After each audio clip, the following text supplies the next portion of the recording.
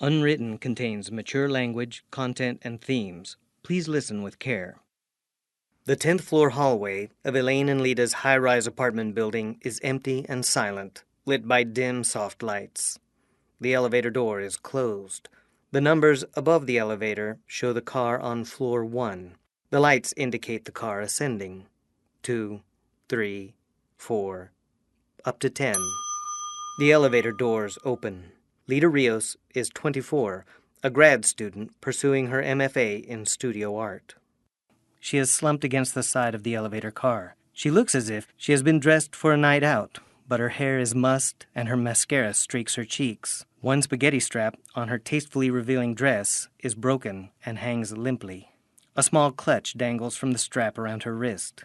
Hugging herself tightly, Leda steps out of the elevator unsteadily, the heel of one shoe completely missing. She limps down the hall on the remaining heel. Leda stops in front of Unit 1012. Hands shaking, she opens her clutch and pulls out her keys. She tries to separate them to find the right one, but her fingers quiver too much. A door shuts further down the hall. Leda whips her head in the direction of the sound concerned. She turns back to the keys, frantically spinning them on the ring until she finds the right one. She twists it in the lock and pushes the door open with her entire body. Leda spills inside the apartment, nearly collapsing. She whirls around quickly, shutting the door and engaging both chain and deadbolt. The apartment is dark, obscuring all the furnishings. Even in the dark, Leda maneuvers carefully around the furniture with the experience of a resident and approaches Elaine's bedroom door. She puts one hand on the door and the other on the knob. She holds the knob for a while before releasing it and quietly walking to the sliding glass doors leading out to the balcony. She stares out at the city through the glass. Leda moves across the apartment to her bedroom door. She enters her bedroom, quietly shuts the door, and immediately collapses against it. She hugs her legs to her chest, rests her head on her knees, and sobs.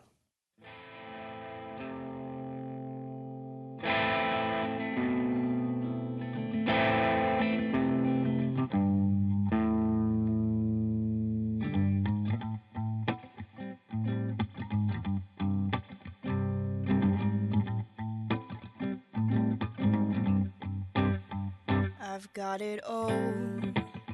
It's just unwritten, not putting it off, just trying to figure it out.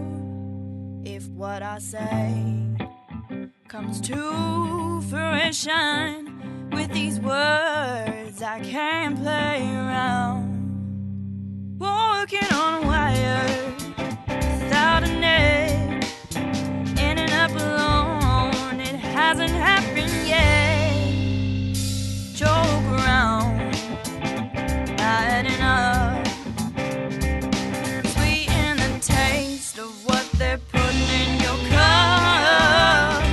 I'd have dropped the course and all it, follow what I find rough, 'cause the game's often bigger than the one who called you up.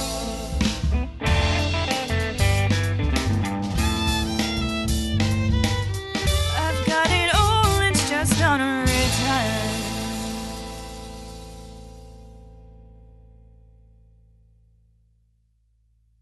Dayton Writers Movement presents Unwritten, starring Luna Madison, Jordan Lopez, David Senator, Zach Duncan, Adrian Miller, and I'm Sean Gunther. Also starring Emily Kallenberg, David Gaylor, Shira Thomas, Hope Ezell, Joe Oliveri, Trey Craggett, Thomas Puckett, and Dodie Lockwood. Episode 1, A Way You'll Never Be. Written and directed by Chris Burnside. Elaine Harper is 25, a grad student who studies and teaches English. She walks with Leda through the lush courtyard of a large Midwest university. Both are wearing bright orange t-shirts that read Ally and Proud. In the distance, they see a large crowd gathered. Leda looks at the crowd, then turns to Elaine. How long do we have to stay? Just for a little while. Come on, Leda. It'll be fun. I know you don't believe that. Do so. Elaine, the last time you said anything was fun was last year when you tried to read all of Jane Austen's books in one weekend. We're going to support Chelsea. It's her first big event. And I did read them all. Chelsea's your best friend. Why exactly am I going? To keep your roommate company. You know that only works on her, right? Come on, we've lived together for 2 years. When do I ask you to do anything? Literally every time you hang out with your friends. And how often is that? Fair enough. Besides, I don't teach for another hour, and you don't have class until the afternoon. Because you don't have anything better to do? Like start your thesis that's due this term? Hey, I've started it. It doesn't count until you start the topic you actually intend to finish. You decide which topic you'll abandon next? Elaine lowers her eyes and watches her feet as she walks. Sorry. I've had a rough couple weeks. Elaine doesn't look up. It's fine. Yeah. The two approach a large gathering of college students. Each wears a shirt similar to Elaine and Leda's, with different colors for gay and proud, lesbian and proud, bisexual and proud, and transgender and proud. Chelsea Wu is 26, a recent employee of the university. She stands on a platform at the front of the crowd. She wears a lesbian and proud shirt and speaks into a microphone to the crowd. Thank you to everyone here from the LGBTQ community, and thank you to all the allies from across campus. The crowd cheers happily. We've been planning this Pride Day for months, and the turnout and support you've shown at this first event has been overwhelming. After today's events, we'll watch tonight become tomorrow with open mic, drinks, and dancing tonight at Splendor. So get those angsty slam poems ready. Everyone wearing a Pride shirt gets in free. Leda studies Elaine's neon orange shirt. So many options to wear tonight with that shirt. However, will you choose? That reminds me, could I borrow your turquoise and chartreuse leggings? Leda recoils sarcastically. It bites back. Elaine blushes and looks away for a second. Occasionally. You don't even know what chartreuse is. The purple one? You know that you're barely a girl, right? Of all the places to be complicit in your own gender suppression. Leda makes a show of rolling her eyes while smiling. On the platform, at the front of the crowd, Chelsea continues her speech. It's a great day to be yourself without shame or judgment. The crowd cheers again. As they cheer and whoop, Elaine tenses her shoulders and looks around nervously. Crowd bothering you? I'm okay. Elaine narrows her eyes as she scans the crowd. Unbelievable. Leda turns and looks to see Greg, a college freshman and another student, wearing pride shirts that they've altered with tape and markers to say normal and proud. Dicks. The short one's my student. Leda shakes her head in frustration. Nothing matters. What? Leda gestures to the crowd. This. It doesn't matter. All these allies, flavor of the day. This parade is their Friday morning entertainment. Tomorrow, they'll show up to some event about free love or saving the whales. You're an old soul. So today they're allies. So what? Tomorrow, they get to go back to being privileged. But the gay kids will still be gay tomorrow. Leda turns as she waves towards the crowd. Gerald Wagner, a handsome college dean in his early 50s, strides confidently through the crowd towards Chelsea. They'll be gay all year. Parades don't matter. Words don't matter. They just Leda stares into the crowd. fade away. We're here, though, Leda. It matters to us. Yeah, I guess. Sorry. I should go. Just wait for Chelsea to finish. No. You stay. Congratulate her. Chelsea waves towards Gerald, who stands beside the platform. And now, I'd like to welcome one of the most beloved figures on campus. Leda forces a smile for Elaine. Tell her I said this was nice. Leda turns and walks away. Elaine watches her leave, concerned, then turns back to Chelsea. One of the most supportive allies on campus, and also my boss, Dean of Students, Gerald Wagner. The crowd cheers. Gerald steps up to the microphone and shakes Chelsea's hand. He smiles and waves to the crowd. Thank you, LGBTQ students and allies. And special thanks to Miss Chelsea Wu. You're really setting a high bar in just your first year as our LGBTQ coordinator. The crowd cheers again. Chelsea smiles and steps down from the platform. She walks through the crowd towards Elaine. LGBTQ coordinator. That's a thing now. The crowd laughs. It's a thing we should have had a long time ago. Ernest Hemingway steps up to stand just behind Elaine. He's dressed in a vintage collared shirt with suspenders, looking as he did in his later years with a full beard. Garish. No clothing should be that color. Elaine doesn't turn or even look over at Hemingway. They make a statement. Art makes a statement. That color shouldn't exist. Well, these lurid shirts are getting us into a bar for free tonight, so... Really? I'm trying to listen to the dean. You seem pretty pissed at that little shit who defaced his shirt. I could beat the tar out of him if you like.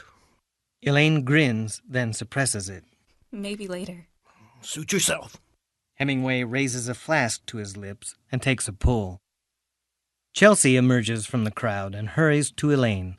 Hemingway is nowhere in sight. Laney!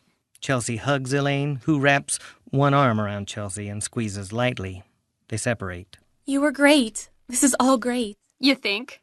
Entirely. Look at this crowd. You do realize it's a Friday at 9 a.m. on a college campus, right? Excellent point, my dear. Chelsea surveys the crowd. Where did Leda go? I know I saw her. She had to go. She's been mopier than usual lately. You know that negative energy isn't good for you. You can always stay with me if you need a break. Elaine studies her feet intently. I know. Chelsea looks at the crowd. They stand awkwardly as Gerald continues to speak. But this parade isn't just for us. We march for all the other LGBTQ students on this campus and any other who don't feel comfortable sharing who they are. We march to make a better environment so they can be proud too. Chelsea grins as she listens. He's pretty fantastic. Elaine looks up and smiles. Yeah, he seems really cool. He's a great boss. And cute. Elaine gives her a sideways look. I'd hit that. Elaine scrunches her face. Aren't you forgetting something? He is my boss. Is that sexual harassment? Elaine points at Chelsea's lesbian and proud shirt. What? You know what they say. Women experiment in college. 1, Elaine points to Gerald. boss. 2, She points to Chelsea. gay. 3, working at a college in no way constitutes being in college. 4, the entire concept of experimentation is really an artificial construct designed to divorce women from the power of their own sexual identities by building on the notion that they don't even know what they really... Chelsea puts her fingers against Elaine's lips, shushing her. You have a very big brain. And I was only kidding. Elaine turns her head so Chelsea's finger is no longer against her lips. What they really want from sex. There. I'm done. And I knew you were kidding. Sure you did. Yes'm. Besides, Dean Wagner's probably married. I think he's divorced? I don't know. It's never really come up. Relationship status ambiguous. Kind of like somebody else. Wow. 3 whole minutes before you brought up August. You practiced that restraint all week. Chelsea just stares at her. It would be great if you could put all that effort into helping me come up with a new thesis topic. Sweetie, I have known you for almost 20 years. I know when you're deflecting. Is it a deflection when you're not even trying to be subtle? I don't know. I'd have to look it up. You're the English teacher. Who has to get to class now? Now that is a classic Elaine deflection. Elaine curtsies. I'll be here all week. And by here, I mean my office. And by all week, I mean 24/7 until I finish this thesis. Yeah, go work, but you're coming to Splendor tonight. I didn't hear a question mark. It was a command. Imperative form, mistress of grammar. The imperative form would actually... Go make words, then make pretty, then make drinks and dancing. I only ever make one of those. Elaine grins and turns away. Chelsea watches her go before turning back to clap for Gerald.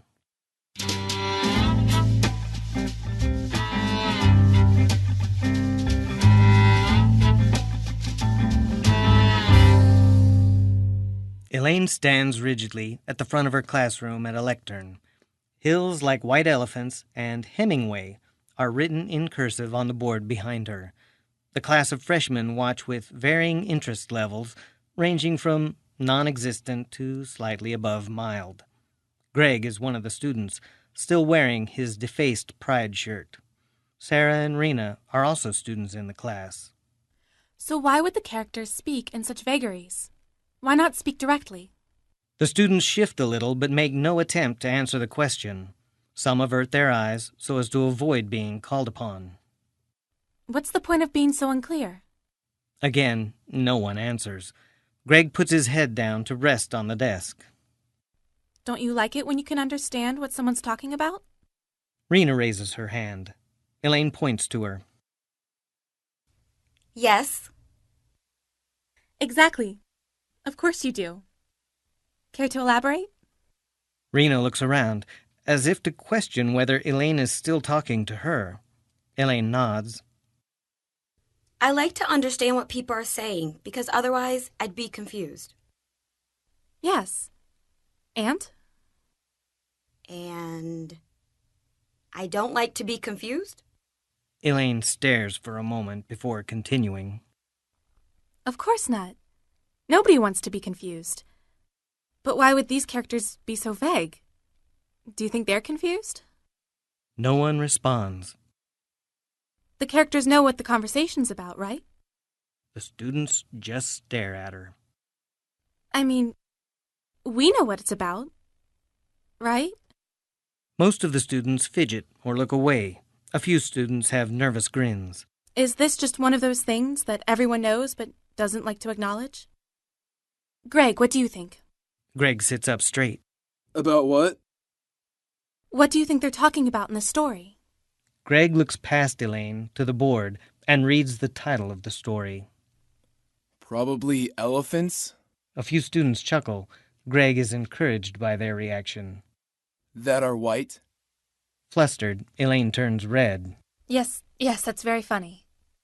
Like the hills, which are also white? I'm thinking from snow. Many other students laugh. Do you think it snows much in Barcelona? I don't know.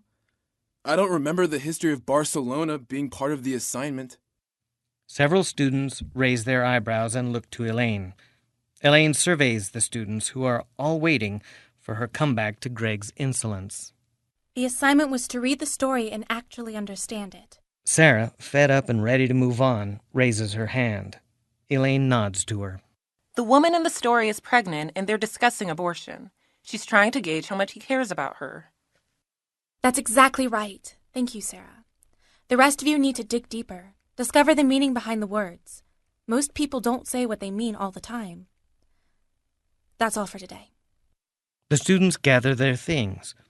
On her way out, Sarah pauses at the lectern. Can I apologize for all teenage boys, Miss Harper? They're so immature. Elaine smiles softly. It's not your place to apologize, Sarah, but thanks. Sarah heads for the door, along with the other students. Elaine waves to Greg as he is leaving. Greg, a moment of your time? Greg walks up to the lectern. I have to get to class. Just a moment. You should take off that shirt. Someone might find it offensive. Why? You know why. You're not stupid. So you want me to take off my shirt? And if I don't, I'm stupid? I didn't say anything like that. This shirt is my free speech. With a Sharpie? Free Sharpie speech. Elaine looks down at the lectern. You might offend someone. Look, I have to go to class. Elaine waves him on without making eye contact. Greg starts for the door. He pauses and looks back. Miss Harper, if you want to see me take my shirt off, all you have to do is ask. Elaine turns away, even more flustered, and collects her things. Greg grins and leaves the room. Campus coffee shop. Leda sits at a table alone in the makeshift campus cafe, looking at her phone. A barista works behind the counter to make drinks. Other students work on their laptops or chat quietly. Leda looks at a series of text messages on her phone. The other party is Mike, who sent the following messages. Hey, you looked hot last night. You still in the mood? Hello? Silent treatment. Really? Fine. Go to hell, slut. Leda has typed, Can we talk? but hasn't sent it. Her thumb hovers over the send button. She stares without moving. The barista sets a lidded cup on the counter. Lolita? Almond milk latte. Leda sighs in frustration. She deletes her text without sending it. Leda pockets her phone and approaches the counter where the coffee cup sits. Lolita is written on the cup in marker. I said my name was Leda. Oh, sorry. You could be my Lolita. Leda snatches the cup. That doesn't even mean anything. Read a book. Hey, chill. The barista points to the tip jar. You don't need the tip if you just give me a smile. Leda looks at the tip jar, then at the barista. Eat a dick. Whoa, seriously, babe. Leda grabs the tip jar, walks to the trash can, and tosses it inside. Hey! Leda takes the lid off her cup and pours the coffee into the trash can. She tosses the empty cup in after it. Merry fucking Christmas. Leda storms off. The barista watches her go, confused. It's February. Elaine's office. Elaine sits in her small, plain office at a computer desk. A pad of paper and a pen are on the desk. She stares at the pad, deep in thought. Can you believe the nerve of that kid? What did you do? Nothing that mattered. I should have beaten the tar out of that little shit. Elaine shakes her head and turns in her chair. She sees Hemingway sitting in a chair on the far side of her office. He's wearing a transgender and proud shirt with his suspenders. I can't take you seriously in that shirt. You're the one who said it was admission to a bar. I suppose I walked right into that one, didn't I? But why transgender? Hemingway shrugs. I don't even know what it means. Must have been after my time. What are you going to do about that kid? Greg? I don't know. Oh, he's a moron. Everyone knows that story isn't actually about white elephants. They're a simile. You would know. Don't patronize me. I wasn't being obtuse. We all know what that story's about. We do know. It's about abortion. We still know. You should beat that kid's ass. Stand up for yourself for once. Violence never solves anything. Besides, he kicked my ass. An ass beating never hurt anyone. Elaine makes a face at him. Figuratively. Injury builds character. Have I ever told you about the 2 plane crashes I survived? I'm familiar. I once dropped a skylight on myself. That was because you were drunk. As usual. I've heard all of your stories already. You're supposed to be helping me with my thesis. Once killed a charging elk just before it gored me. Hung its horns in my cabin. Didn't Hunter S. Thompson steal those? Hemingway scowls and narrows his eyes. Thompson. None of this is helping me. The door opens and Professor Lincoln, a professor of women's literature, in her 60s and Elaine's advisor, steps just inside the office. Elaine swivels her chair to see Professor Lincoln. From Lincoln's position in the doorway, she can't see Hemingway. Professor Lincoln, hi. Hi, Elaine. How was the rally? I just saw the beginning. It was nice. Good. How was class? Elaine averts her eyes. Class was fine. Good. Any progress on the thesis?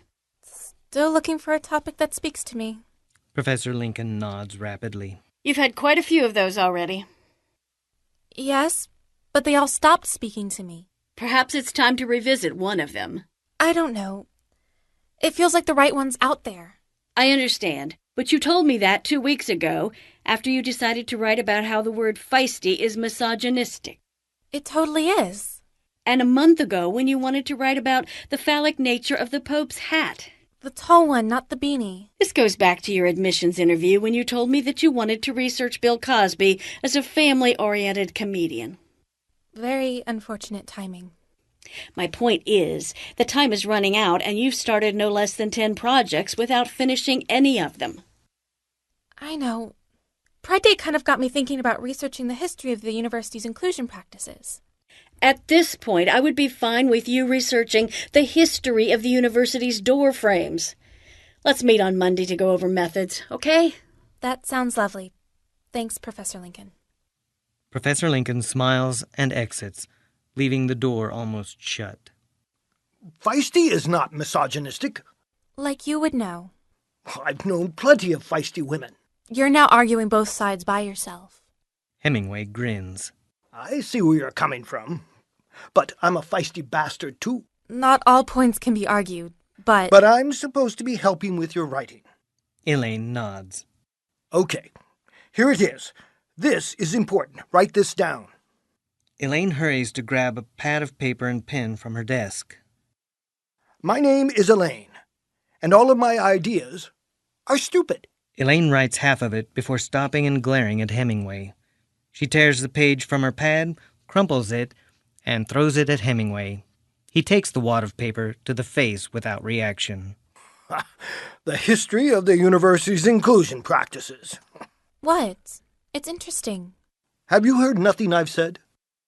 The last thing I remember was you dropping a skylight on yourself. Hemingway leans back and smiles. The good old days. But how is that helpful? Kid, it isn't hard. But you're doing it all wrong. You're looking for subjects that are interesting. I shouldn't be interested in the topic? You're missing the point. Interests change. I had 4 wives, you know. You're interested in something, and then you're not. Lots of things interest artists like us. Artists like us? Well, we can't all be Fitzgerald. Talented little Mick. You shouldn't use racial slurs. But you're not wrong about changing interests. Of course I'm not. Not wrong about that Irish bastard either. So what? You weren't interested in war and death? Because that's pretty much all you ever wrote about. Interest is irrelevant. Obsession is what matters. War and death nagged at me night and day, ate at me. I heard the gunfire in every creek and the cries in every breeze. Don't you see? I never had to choose a subject. My subject, rather, chose me. Not wanting to write. Needing to write. I get it. So there's only one thing to research. One thing to ask yourself. What eats at you, Elaine Hopper? Elaine turns her attention back to the pad of paper. She hovers the pen over the pad as if ready to write. She stares at the blank page. Her pen wavers lightly over it. Chelsea's office. The office is large for a coordinator, indicating both the relative importance of her position and the volume of work the new position handles. The desk is cluttered with papers. The books are arranged haphazardly on the bookshelf in no particular order, and LGBTQ posters paper the walls. Chelsea sits at her desk, typing rapidly on her computer. She doesn't notice Gerald enter, accompanied by Sarah, the student from Elaine's class. Gerald smiles as he watches Chelsea type, then knocks lightly on the open door. Chelsea jumps, startled. Didn't mean to scare you. Oh, no, you didn't. Okay, yes, obviously you scared me because my butt actually left the seat for a second. Sorry again. Did you need something? Chelsea, do you know Sarah Kensington? Haven't had the pleasure. Hi, Sarah. Hello, Miss Wu. Nice to meet you. Sarah's a philosophy major and all-around superstar. Sarah blushes. Chelsea smiles warmly to relax her. You know, I taught philosophy before getting into administration. Where did I hear that from? Oh, right, from you. In every conversation we've ever had. Gerald turns to Sarah and grins, playing along with Chelsea's teasing. Chelsea's our LGBTQ coordinator. She's doing some wonderful work here. She's not normally so insubordinate. Sarah smiles. Speaking of wonderful work, shouldn't you be at the luncheon? I will be soon. I had that hazing case to follow up with. You realize that'll be here Monday, right?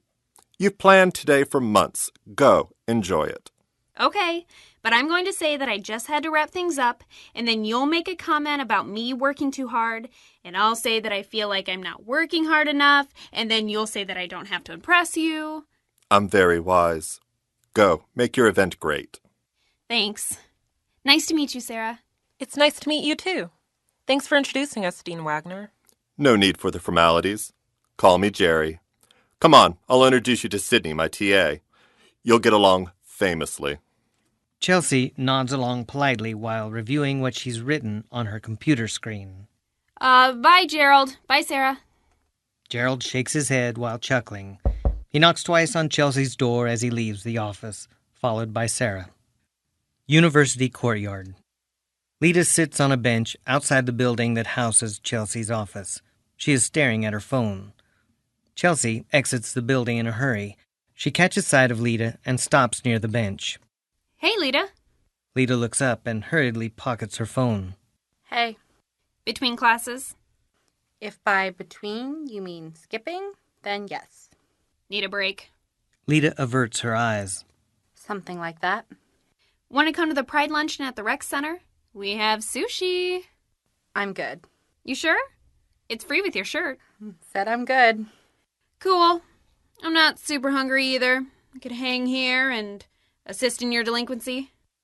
Are you guidance counseling me right now? Just being friendly is all. Are we friends? Despite your best efforts, my dear. Leda cracks a smile despite herself. Thanks for that. I'm good now. Go to your luncheon, okay? Will do. I can expect you at Splendor tonight, yes? Don't push it. That was my one good mood for the day. At least come hang with Elaine. I'll be busy, and you know how she is with clubs. And crowds. And people in general. I'll think about it. I'll, see you around, Chelsea. Thanks. Chelsea waves and hurries off. Elaine and Leda's apartment building. The elevator door is closed. The numbers above it show the car on floor 3 and ascending. 4, 5, 6, up to 10. The elevator door opens. Elaine bursts forth from the elevator, moving quickly into the hallway as she talks on her phone. I said I will get there as quickly as possible, Chelsea. My thesis took priority. No topic yet. But I have a page full of ideas, so that's progress, right? Elaine reaches her door and fishes her keys from her pocket. I'm a grad student. Last minute is my specialty.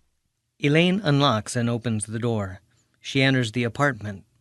The apartment opens into a small living area and transitions into a kitchen that accesses the balcony from a sliding glass door. It's meticulously furnished, but still maintains a cozy warmth. Leda stands at an easel in the middle of the living room.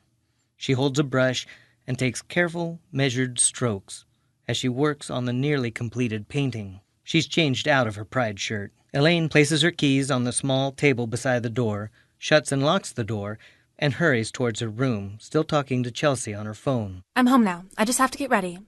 Out of here in 10. Don't laugh, Leda. Don't laugh, Chelsea! I have to hang up. I'm hanging up now. Elaine hangs up her phone and sets it on the counter. Hey, Leda.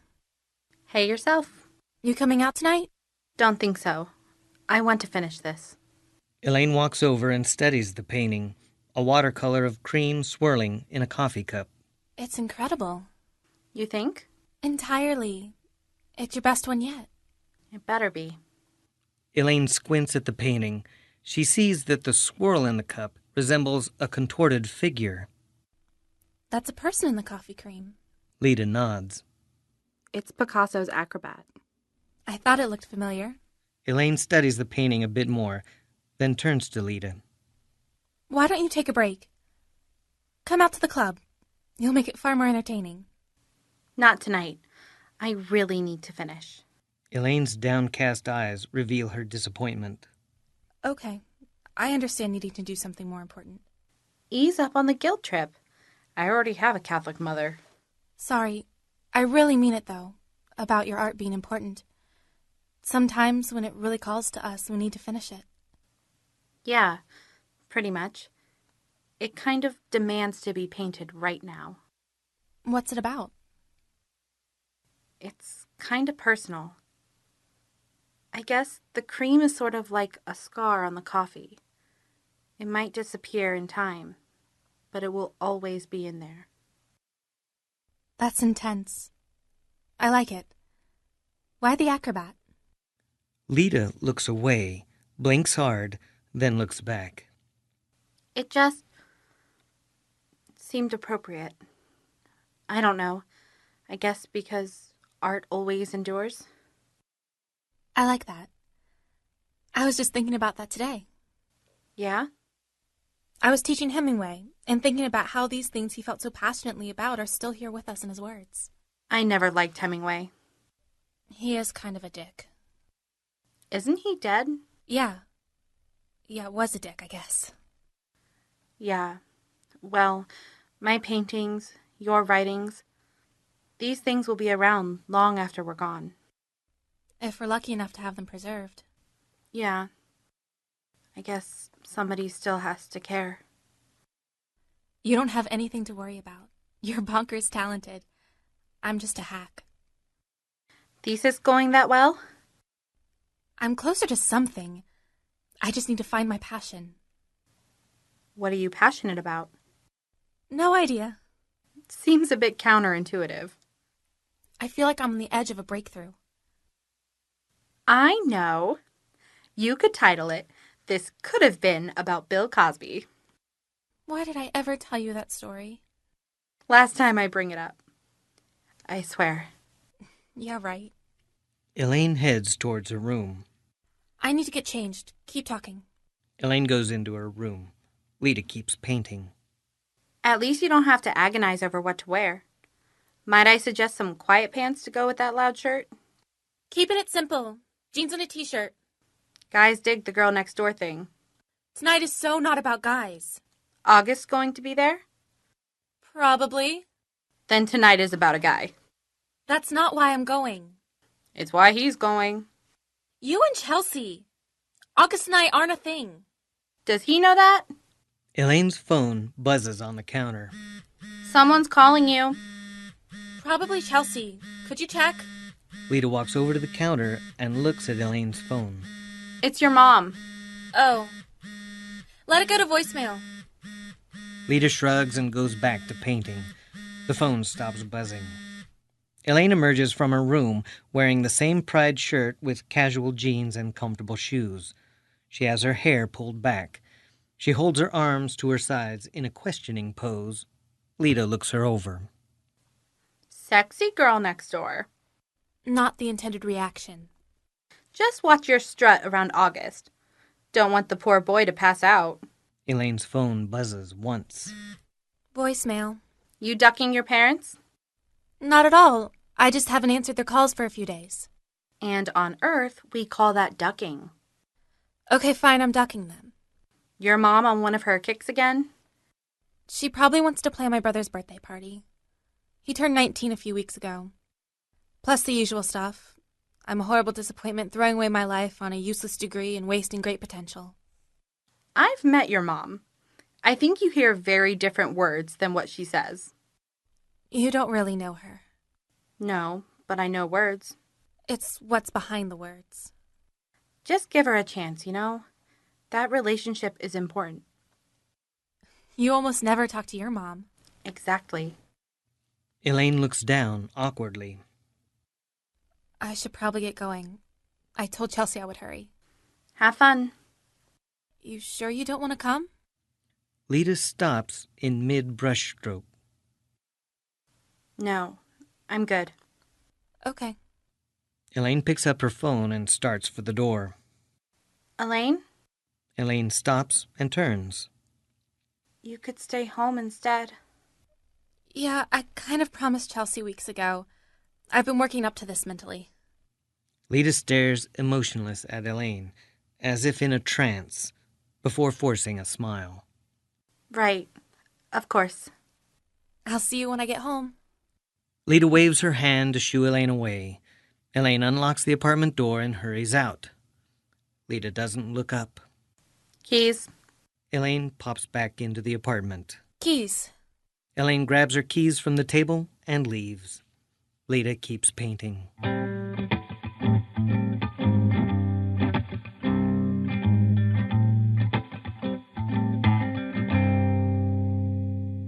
Splendor, a club of average size with an excess of bright flashing lights. A short line is formed outside, awaiting entry. Most of those in line have pride shirts. Inside the club is crowded, but not wall-to-wall. It contains a bar on one side, a dance floor in the center, and a small stage with benches on the other side. Chelsea mingles with the crowd as she moves through it, smiling, laughing, and affirming each person with a light touch on the shoulder or arm. Chelsea sees a poster that has come partially unattached from the wall. She works her way over to it and reattaches it, and she stands back and looks at the poster to make sure it's level. Elaine approaches Chelsea from behind. How's the perfectionism coming? Chelsea turns and hugs Elaine fiercely. Elaine hugs back but pulls away quickly. Coming from the mistress of perfectionism to a fault, I'll take that as a compliment.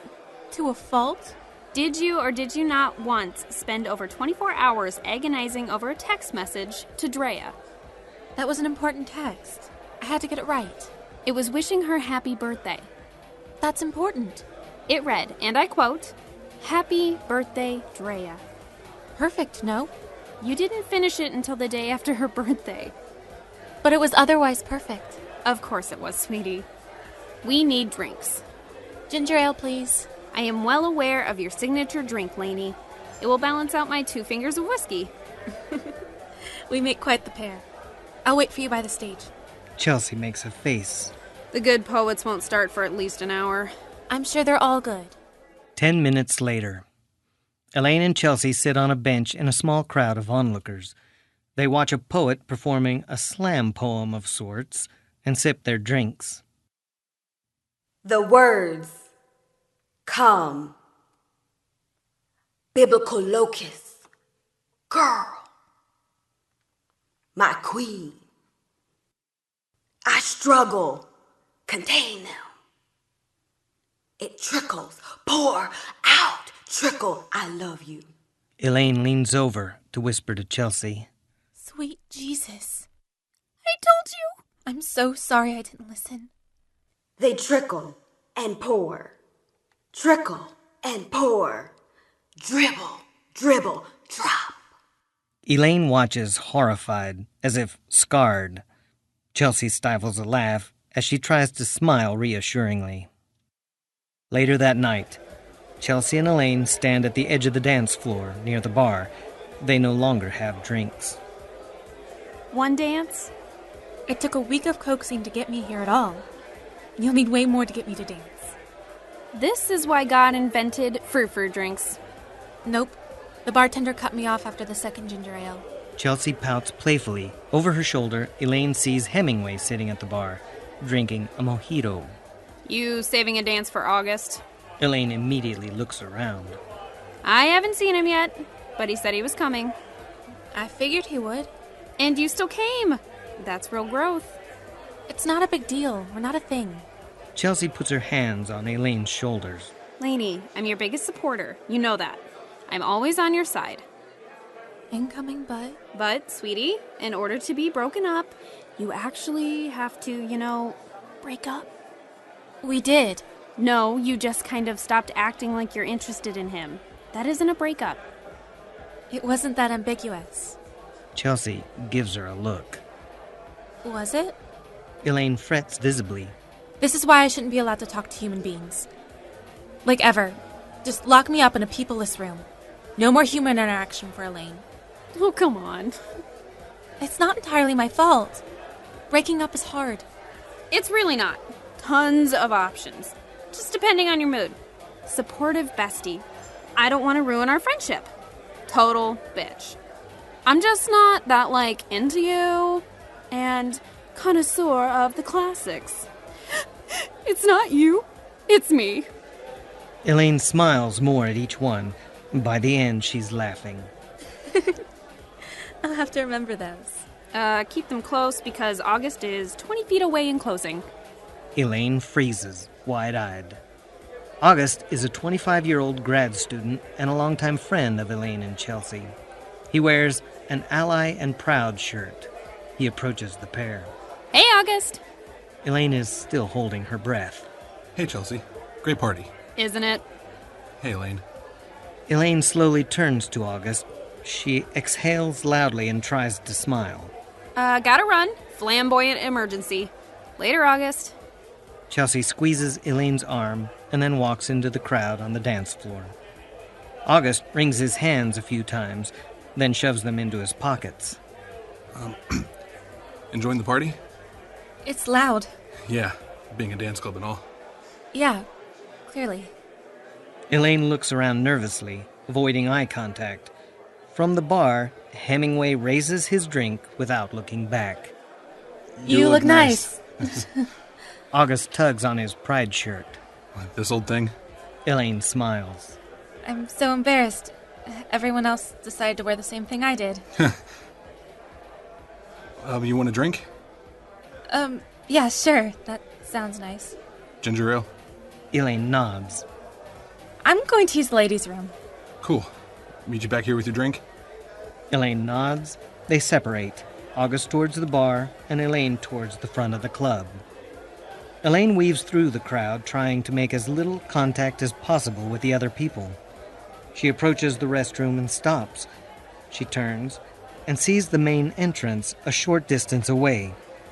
She looks at the restroom door, then back to the main entrance.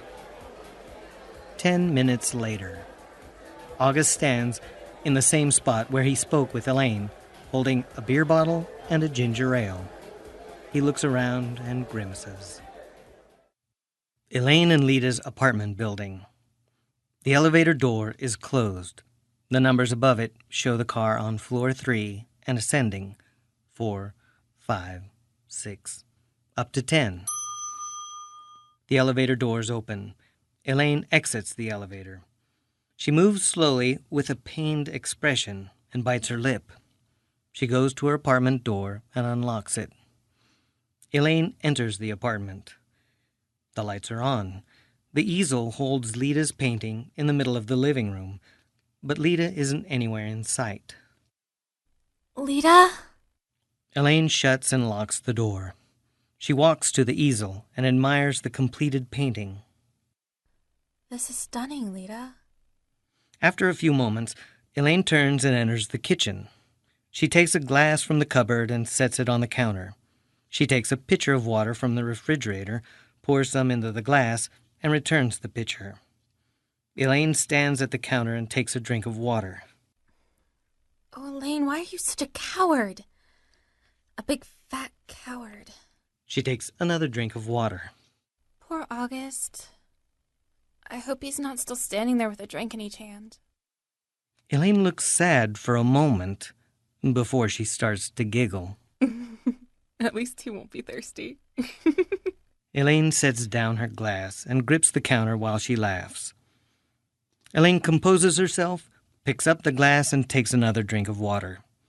She looks around the apartment and sees a piece of paper on the kitchen table. Elaine walks to the kitchen table and picks up the paper.